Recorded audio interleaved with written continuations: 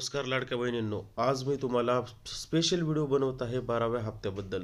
आज 12वा हप्ता बऱ्याच लाडक्या बहिणींचा आला नाही आणि यामुळे बऱ्याच बहिणी नाखुश आहेत. बऱ्याच बहिणींच्या मनात नाना प्रश्न आहेत. कधी हप्ता येईल का नाही, मी पात्र आहे का नाही, माझं नाव यादीतून वगळलं आहे का, या सगळ्या प्रश्नाची उत्तर मी आज देणार आहे. व्हिडिओ शांतपणे ऐका आणि यानंतर मात्र तुमची धडधड आणि तुमची जी नाराजगी आहे सगळं काही व्यवस्थित होईल. मात्र व्हिडिओ शांतपणे ऐका. मी कालपासून पाहतोय बऱ्याच लाडक्या बहिणीला 2-3 दिवस झालं प्रश्न पडला आहे की आमचा 12वा हप्ता कधी येणार. आणि ज्यांचा हप्ता आला त्या तर खुश झाल्या, मात्र ज्यांचा हप्ता नाही आला त्यांच्या मनात आता चिंतेची भाव चुकचुकली आहे. त्यांना वाटत आहे का आमचा फॉर्म जे आहे अपात्र झाला आहे का, आम्हाला का 12वा हप्ता नाही आला. कधी कधी आपल्याला असंही पाहायला भेटतं, एकाच घरात एका महिलेला आल्या पण एका महिलेला आला नाही. एका जिल्ह्यात शेजाऱ्यांना आला पण नाही आला, दुसरीला नाही आला. मग अशा वेळेस 100% प्रश्न येणार की मग माझा फॉर्म चुकला का, मी काही चूक केली का, सरकारने माझा फॉर्म जे आहे पात्रतेतून बाहेर काढला का, मला यापुढे लाभ भेटणार नाही का. कालपासून मी परेशान झालो. इतके प्रश्न येत आहेत लाडक्या बहिणींचे. प्रत्येक जण जिल्ह्याचं नाव सांगून विचारत आहे, सर आमच्यासोबत नेमकं काय घडलं, आम्हाला पैसे का नाही दिले. या सगळ्या प्रश्नाची उत्तर आज देण्यासाठीच हा व्हिडिओ बनवला आहे, जेणेकरून तुम्हाला पूर्णपणे शांतता भेटेल. आता तुम्हाला एक गोष्ट सांगतो मी. लाडक्या बहिणीचा फॉर्म ज्यांनी भरला त्याच्या वेळेस काही तिथं गोष्टी ज्या आहेत, तांत्रिक गोष्टी विचारलेल्या आलेल्या होत्या. एखाद्या वेळेस जे आहे लाडक्या बहिणींनी काही गोष्टी चुकीच्याही टाकल्या असतील. फॉर्म तपासणी चालू आहे, गोष्ट बरोबर आहे. मात्र एक गोष्ट लक्षात ठेवा, पहिले तर मी तुम्हाला हप्त्याबद्दल सांगतो. हप्ता सुरू झालता 5 तारखेपासून.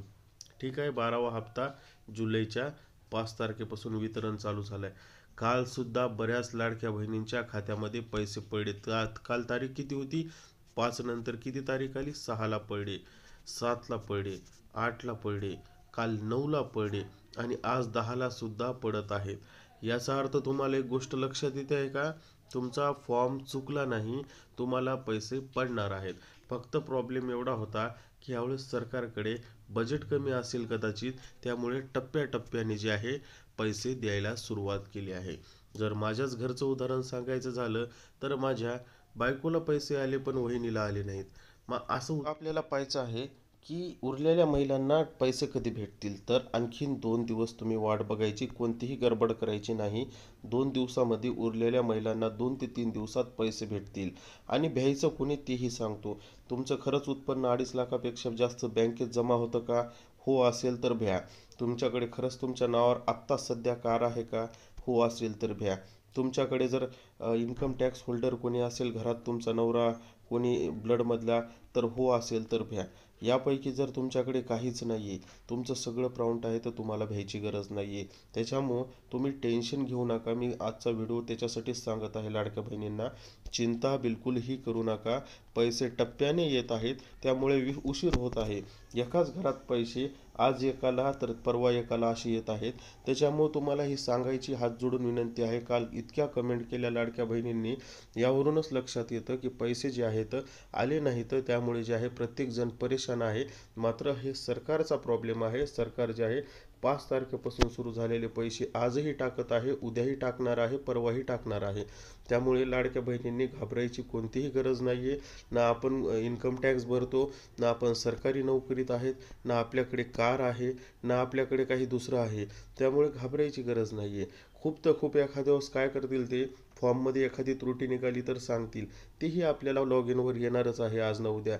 मी काल लॉग इन चेक केलं, लॉग इन सध्या पोर्टल साईट बंद आहे, OTP येत नाही आहे. त्यामुळे आज ना उद्या ते सॉल्व्ह होणारे विषय. त्याच्यामुळं तुम्ही घाबरायची गरज नाही आहे. एकतर आपल्याकडे यापैकी काहीच नाही, त्याच्यामुळं पैसे आपले नक्कीच येणार येतं. मी स्वतः अनुभव घेतला आहे.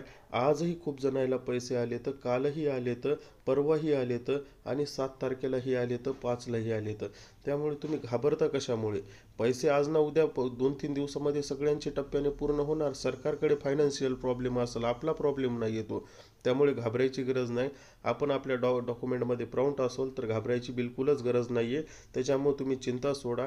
आणि जर कुठे त्रुटी निघालीच असेल फॉर्ममध्ये तर आपल्याला फॉर्म येणारच आहे, ते दाखल करणारच आहेत, वेबसाईट ओपन होणारच आहे.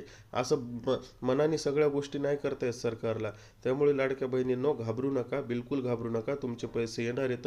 थोडीशी शांत वाट बघा, काहीच टेन्शन घेऊ नका. 2-3 दिवसामध्ये सगळ्यांचे पैसे पूर्ण होतील. तुम्हाला जर व्हिडिओ आवडला असेल तर नक्की लाईक करा. नवीन असेल तर चॅनलला सबस्क्राईब करा.